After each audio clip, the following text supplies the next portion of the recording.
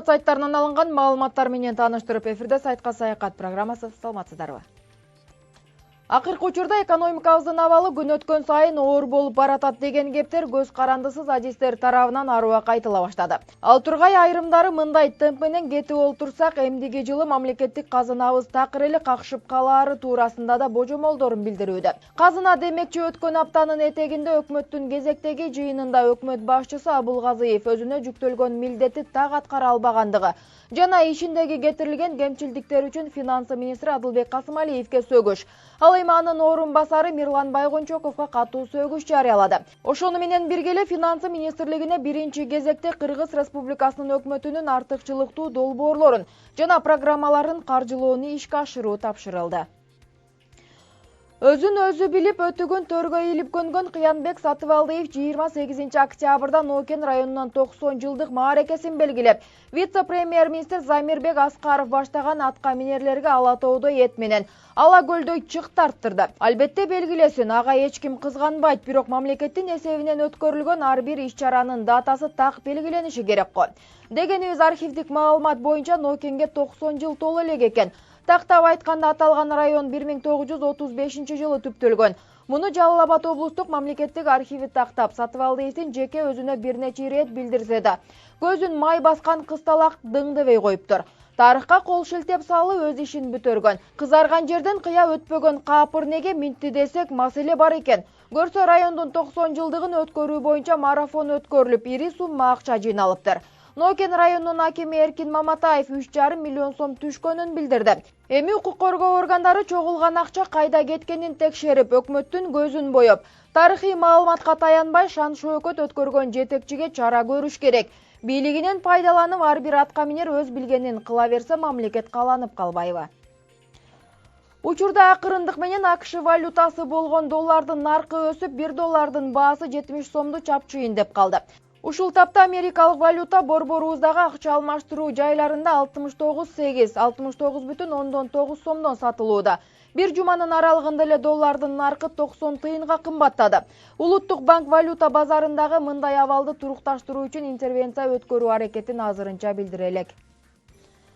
Биз өткөн санда өкмөттүн алдындагы айлана чөйрөнү коргоо боюнча мамлекеттик агенттиктин жетекчиси Абдыкалык Рустамовдун теңирден тескери кеткен иштерин тизмектеп, факты менен берген элек. Оозу мурдубузду жыйган чакты Рустамовдун шойкомдуу демилгесинин дагы бири ачыкка чыгып, экологдордун төбө чачын тик тургузду. Экологдордун эле эмес, элдин да куйкасын куруштурууда. Айтсак, Тоо-Кен компанияларынын ишин жеңилдетип, тармакка инвестиция тартуу керек деген шылтоонун алкагында Абдыкалыктын агенттиги көп жылдык токойлорду кыюуга тыюу салган мораторийди талкалоо сунушун өкмөткө киргизиптир. Бул сунуш колдоо тапса, кен казган компаниялар токойлорду казуу иштерин жүргүзүп, өзгөчө баалуу бадалдардын жана дарактардын түрлөрүн кыюуга уруксат берилет. Бул ачыктан ачык токойду талкалаган коррупцияга жол ачуу менен барабарда. Ансыз деле Рустамовдун кызматкерлери токойлордон киреше таап, туйтуна турган жолдорду өздөштүрүп алган. Бактарда кандайдыр бир илдет чыкты деген негизсиз шылтоолор менен өзгөчө баалуу жана көп жылдык өсүмдүктөрдү кыйып келе жатышат. Буга качан чекит коюлат? Кылмыш кылганы аныкталып, анысын моюндагысы келбей чет өлкөгө чыга качкан депутаттар армиясы күн санап катарын калыңдатууда. Бирок бул Кыргызстанда гана. Башка өлкөлөр эбак эле мындай итчиликти жоюп койгон. Эсеби маселен Жогорку Кеңештин Аскарбек Шадыев деген качкын депутаты бар эмеспи? Кылмыш иши козголоор менен безип кеткен. Болгондо да аялдын кийимин кийинип, бетине паранжы жаап, чек арадан сууну жылаңайлак кечип кеткени аңыз кеп болгон. Ошондон бери дайынсыз. Айтымдарында алыска Американын бир штатынан миллиондогон долларга үй алганы бар. Отурукташууну көздөдүү же мекенине келе албасын билдиби, ал жагы белгисиз. Белгилүүсү, бул Эргулдун негедир кайра келип Жогорку Кеңеште иштейм деген изги тилеги бар окшойт. Мандатын өткөрүп берелек. Абийир, намыс деген жок экен да, качтыңбы? Ошондон ары жогол да, мандатты бер иштей турган бирөөнү. Кыргыз Республикасынын экономика министри Олег Панкратов кызматтан кетиши керек. Мындай пикирди Жогорку Кеңештин шейшемби күнү өткөрүлгөн экономика жана фискалдык саясат боюнча отурумунда депутат Гүлшат Асылбаева айтып чыкты. Депутаттын пикиринде кошуна өлкөлөр салык процедураларын фискализациялоо боюнча бир топ алгылыктуу аракеттерди көрүшүп, Натыйжасында көптөгөн кирешелерди алып келип, ишкерликти көлөкө бизнесинен алып чыгып жатышат. Ал эми мындай ыкма Кыргызстанда дагы деле ишке киргизелек. Жарым жылдан бери мамлекеттик салык кызмат мекемесинен экономика министрлиги аталган долбоорду кантип ишке ашыруу керектигин алигиге чейин биле албай олтурушат. Ал тууралуу жумушчу топ түзүлүп, жыйындар өткөрүлгөнү менен андан эч нерсе чечилбей, эч кандай майнап чыкпай келет. Иш алдыга жылган жок, мунун баарына Панкратов күнөөлүү деп ойлойм, деди эл өкүлү.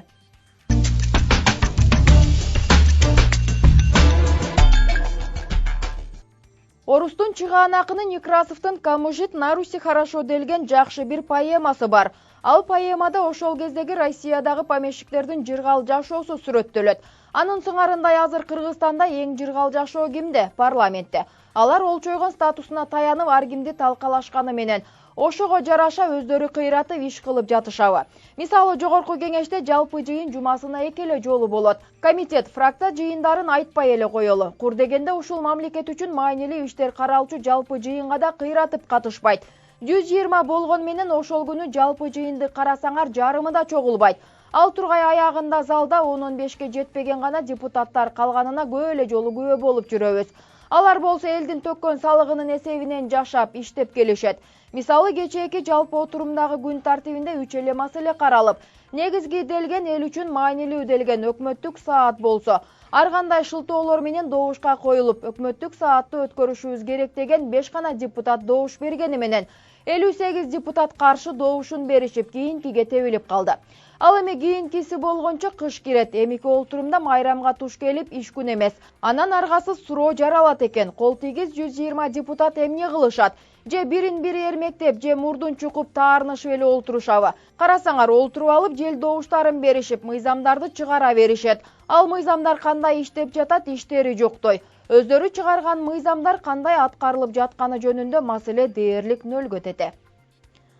Башкы прокуратура Улуттук банктын төрагасына берилген турак жай ссудасы эсептеген кандай негизде чыгарылганын текшерип чыгышы керек. Бул тууралуу 1 ноябрда жогорку кеңештин жалпы жыйынында ушундай талап коюлду.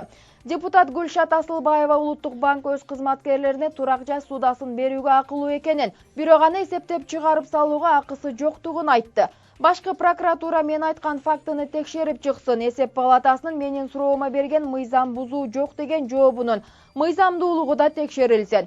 Мыйзамсыз кечирилген акчаны кайра мамлекетке кайтарып алуу боюнча чара көрүлсүн, деди депутат Асылбаева.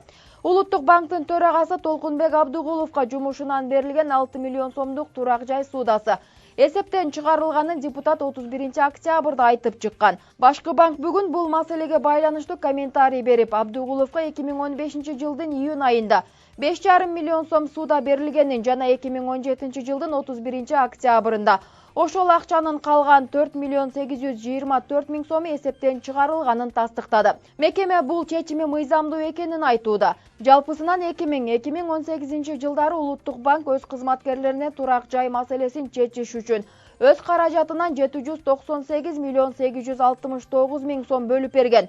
Анын 31 миллион 921 миңи эсептен чыгарылган. Казакстанда адам өмүрүн алган белгисиз инфекция тарап жатат. Бул тууралуу Спутник Казакстан агенттиги жазды. Жазылган маалымат боюнча жыл сайын дүйнө жүзүндө миллиардтан ашык оору катталып, ал 16 миллион кишинин өмүрүн алат.